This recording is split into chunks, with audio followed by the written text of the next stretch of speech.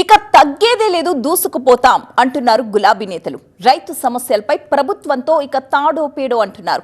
గ్రామ స్థాయి నుంచి రాష్ట్ర స్థాయి సమస్యల వరకు పోరుబాటు పడతామంటున్నారు. గులాబీ నేతల్లో ఈ దూకుడికి అసలు కారణాలేంటి?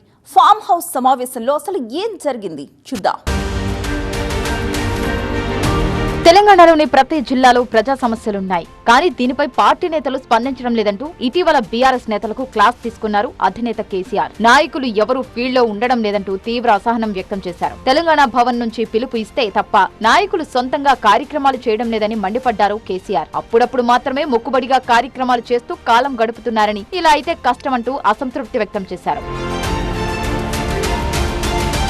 రాష్ట్ర స్థాయి సమస్యలపైనే కాకుండా జిల్లా స్థాయిలోనూ నియోజకవర్గ స్థాయిలో ఉన్న ప్రత్యేక సమస్యలపైన దృష్టి పెట్టాలని నేతలకు స్పష్టం చేశారు కేసీఆర్. మీ నియోజకవర్గాల్లో ఏమీ ప్రత్యేక సమస్యలు లేవా అని ఆయన నాయకులను సూటిగా ప్రశ్నించారు. ఆయా స్థానిక ప్రజా సమస్యలపై తక్షణమే స్పందించాలని పార్టీ శ్రేణులను ఆదేశించారు. ప్రజల పక్షాన నిలబడి క్షేత్రస్థాయిలో ప్రజా పోరాటాలు చేయాలని, ఎక్కడికక్కడ ప్రజలతో మమేకమై వివిధ రకాల కార్యక్రమాలు నిర్వహించాలని దిశానిర్దేశం చేశారు.